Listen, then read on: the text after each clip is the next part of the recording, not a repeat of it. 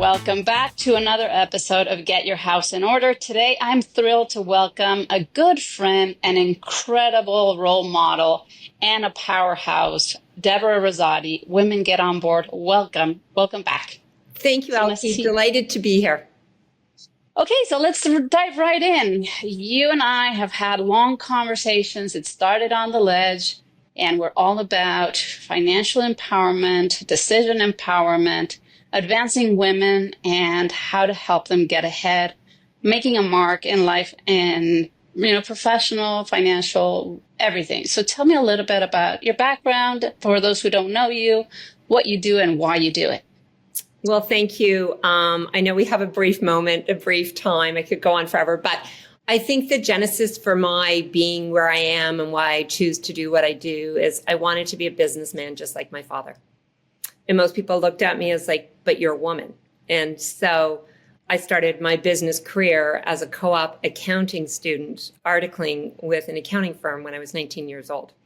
That really opened my eyes to taxes and finances. And, I always knew that business was my it was my gateway to success, whatever that was going to be. So I started my career really young, doing tax returns, doing financings, doing everything. And I just kept throw it on. But I knew that I had an interest in business. I knew that I was a professional. So I was a CPA. I was trained that way. And so I really rose the ranks in my career I went into industry after public accounting as a controller, as a CFO, and I just kept taking on responsibilities. But I knew that, I wanted to be in a place where I could make financial decisions, I could be financially empowered, and I wanted, most importantly, to be financially independent. And so that's where my career began. And here I am 40 plus years later. Hard to imagine that I'm doing that and thinking about it. But so how I segued into founding Women Get On Board was I had already, after I left as a CFO of a technology company, we had a very successful exit. So I accumulated wealth. And what does one do at that stage? Of course, surround yourself with advisors. And even having advisors, you have to be in a place to ask the questions. So tax strategies, tax minimization, wealth accumulation, there I was in my late 30s, kind of really coming into those kind of decisions.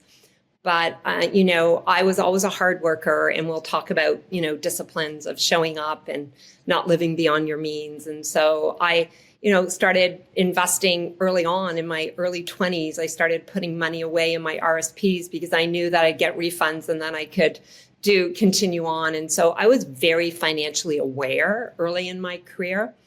And as I evolved in my career, I noticed that not as many women were either financially savvy, financially aware. And so what I've really tried to do is create some platforms. And one of them is Women Get On Board. And I do get asked by women, I don't have financial literacy. I don't understand financial statements. And I'm like, well, if you're going to go on a board, you need to understand those financial statements. Start with your own statements. Start with your own company. So it's really about empowering. And I know you do a lot of that. And so with Women Get On Board, it was 2015. And I think we had met on the ledge. And when we talk about the ledge, we had the great opportunity to meet each other at a women-only club in Toronto called Verity Club. And I think we both had curiosity. Who is this woman and why is she showing up? And we were definitely ahead of times. We were virtual. We didn't necessarily have an office to go to. And so as business owners, I think we both were, I founded Women Get On Board. We're celebrating our 10th anniversary this year. I cannot believe it. And our mission is to get more women on boards. And, with the latest data, less than a third of TSX listed companies have women on boards.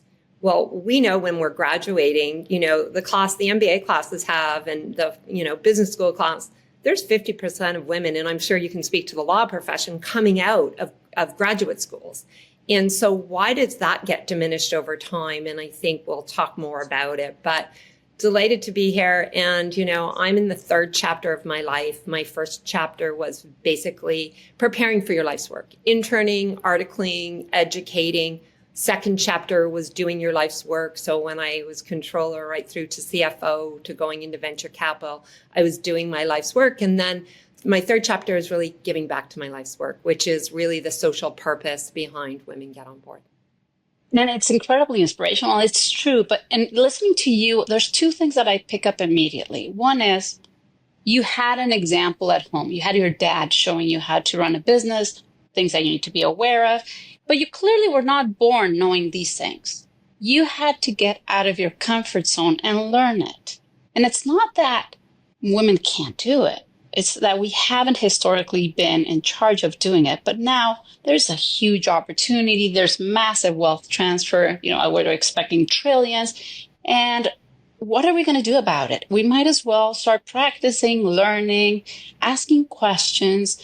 And when you say, you sat down with advisors, you and I met because of that, because we were talking about how some women are afraid of sitting with the advisor and asking questions and getting comfortable with discomfort and learning about their own financial statements and learning about their business or their career or asking questions. How does this work? And how does this impact that? And it's ultimately their own money and they need to feel comfortable. And it's not that they're incompetent. They're just not used to it, but with the right people around you and the determination and confidence that you can do it. And whether you've delegated decisions to your spouse because that's how the dynamics of the family worked, that's fine. But you need to know what's going on because things change. Tell me a little bit about what you see when things change. Well, I'll give myself a perfect example. And Elke, I know we've both been in this place. I'd been married for 23 years, and all of a sudden I was faced with the separation and a divorce. That was a real emotional pivot and point in my life. But what I had going for me, I was CFO of the family. I totally had all the relationships with the advisors. So once I got past the emotional element and I went for counseling just to get my grounding, it is a difficult time to be in. I knew that it was going to be a transaction, and step aside, I'm going to put my financial expertise and I'm going to negotiate, the best outcome for, I have two sons. So, when I think about that, I think if other women may be going through a similar situation and may not have that financial empowerment. And so whether you delegate it to one spouse or another, we know divorce rate's 50%. So there's going to be, or it could be a death of a spouse, or it could be intergenerational transfer of wealth. Is preparing. You just don't show up and have the answers. It's an evolution over time. And you're not going to know everything, but there are advisors and you take baby steps. You ask questions. I just had my quarterly investment portfolio review with my financial advisor that I've had for 23 years. And one of the things, and he had no idea I was coming into an interview with you. He said, one of the things that you've done over time is you've had a defensible position in your investments. And what I mean is, knowing you're going to track to a certain age and then you're going to accumulate wealth, but at some point you're going to withdraw down on that accumulated wealth. And what's the ordering and how do you go through it? And this summer I was in the midst of buying a condo. I had sold my house. I'd put my money in the market. But what I was in a place was, now, where should I take the funds from? Should I take it from my RSP? Should I take it from my non-registered? Where should I be taking the funds for this reinvestment in real estate? And I went through a very comprehensive exercise to really look at and I'm going to use the term decumulation of wealth as I age and where I get to it. And it was quite apparent which bucket I would take out of. But I needed information, I needed to be informed, and I needed to be advised. And so then I could make a decision, a very informed decision that was very critical. So I rely on my advisors all the time. So you're pointing yet again a couple of points. It didn't happen overnight. You asked a ton of questions, and tax efficiency and controlled, convinced decisions made the day for you. Yeah. And then when you think about, as a woman, whatever your circumstances are, I would encourage, I have nieces. I have sons, so I can't say I have daughters. I have sons, but I have granddaughter. And I have nieces. And what I say to younger women is make sure you're financially independent. Make sure that you're always in a place that you can make decisions independently, because you never know where you're going to be. And I think that financial independence does not mean you have to have your CFA or your CPA or what other accreditation you need, but you can be informed, and it's taking steps and being really disciplined, that discipline over time. So, and I'm sure you advise your clients, are you topping up in your RSP? Where are you in your TFSA? Have you set up RESPs for your children? Not only did I set them up for my children, I have set them up for my grandchildren now. And so you're going through income splitting strategies. And this is information your advisors, this is what your advisors should be asking you. And if they're not asking you, you might not have the right advisors.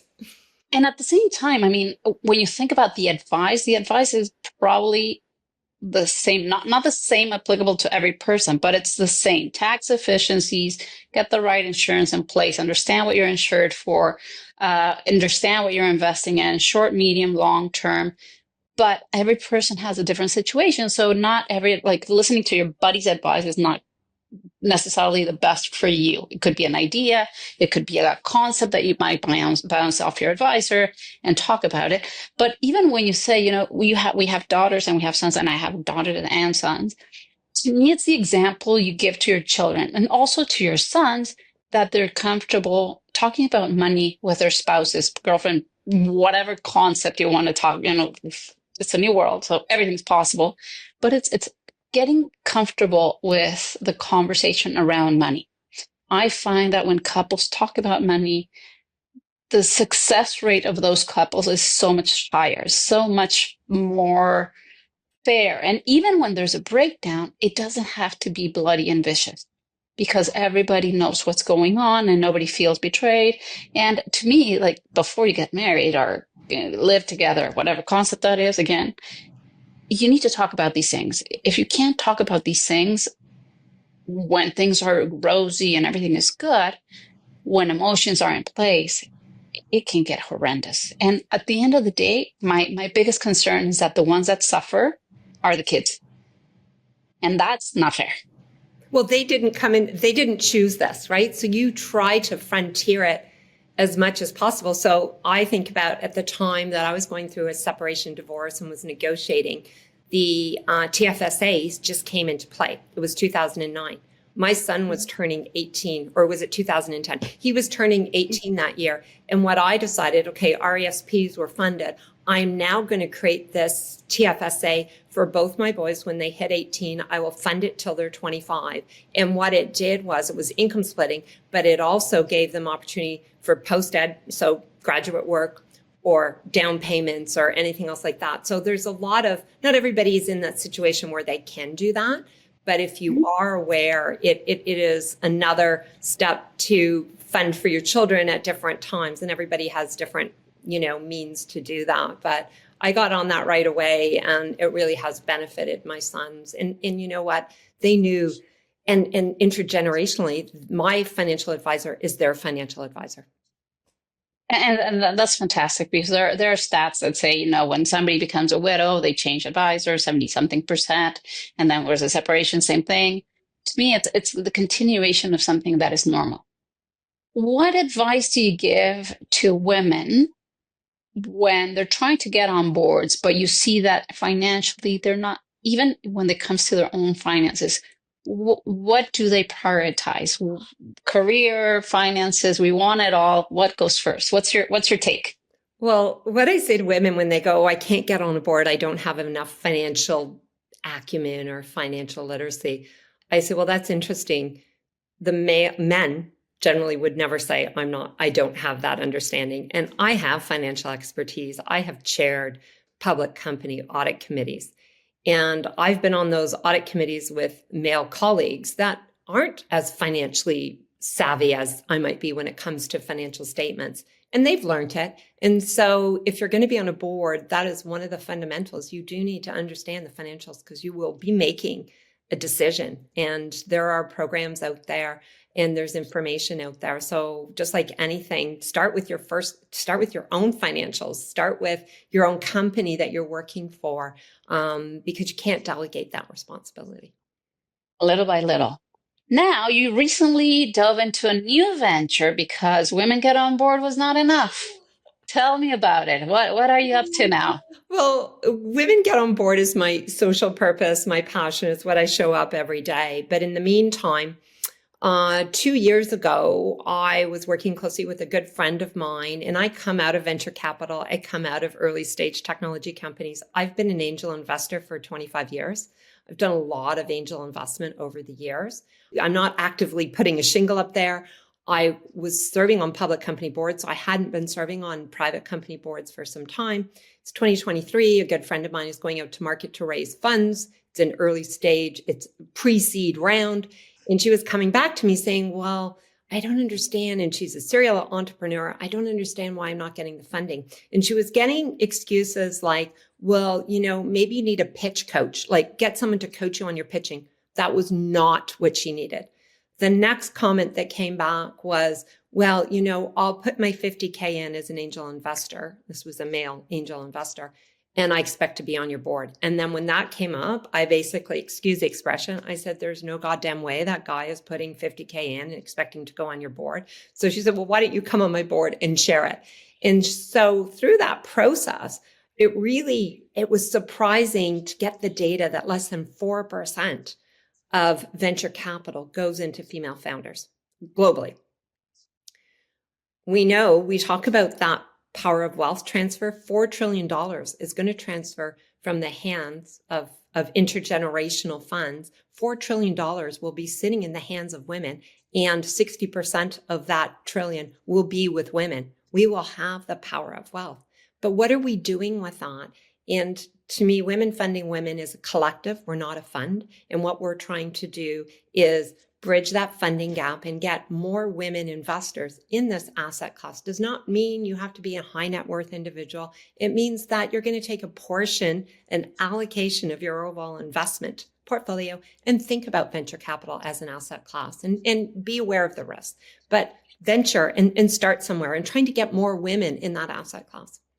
And that's fantastic because I always hear, oh, it has to be a safe space. It has to be a safe. What safer space than a group that has been there and done that and understands and has gone through the hurdles and the no's and you have to figure out your financials while you pick up your kids from daycare, and then you get the dreaded call, they have to go back to daycare because something happened.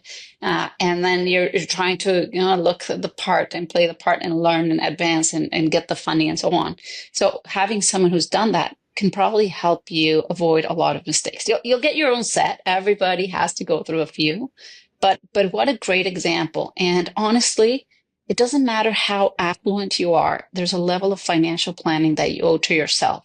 And if you know that there's intergenerational wealth coming, the least you can do is start getting comfortable with it.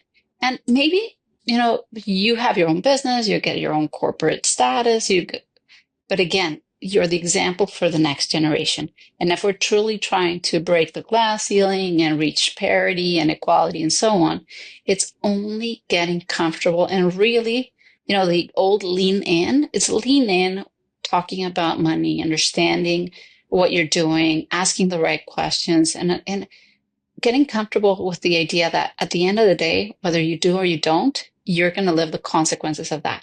So you better learn and you better get comfortable and really get your house together, get it in order, and work with a team. Surround yourself with people who have your best interest. And it takes time. And sometimes it works and sometimes it doesn't.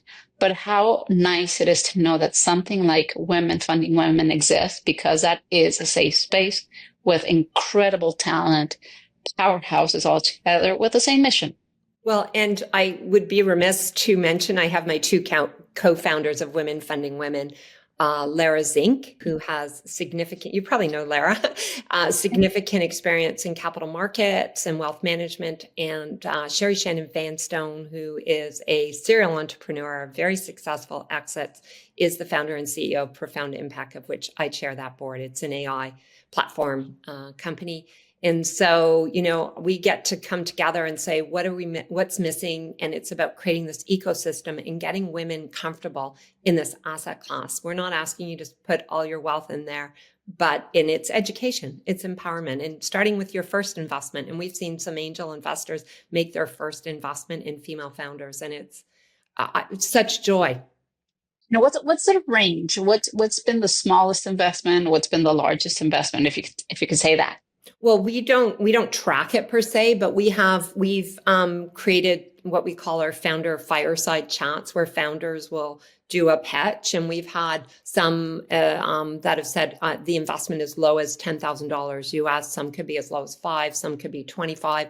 It's not the 100K, the 200K. You know, I think it's comfortable, but usually there's a minimum.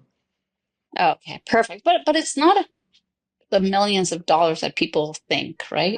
It's a starting point, and it's demystifying it and saying, actually, I can. And the gratification, you may have a knowledge of that company. You can bring not only your money, but your knowledge, right? And so it's very, very gratifying. But I think it's collectively, we're not creating a fund. We're creating this collective.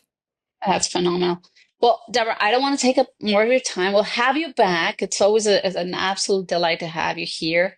And I look forward to chatting with you again. Congratulations on your ventures. Keep going. You keep inspiring so many women. And I really think it's an honor to be your friend. Thank you. Look forward to our glass of wine in Toronto. With a straw. Okay. Thank you, everyone. Thank you for listening. And this is another episode. Deborah Rosati. I'll put her contact information in the wording below. And have a wonderful afternoon, everyone.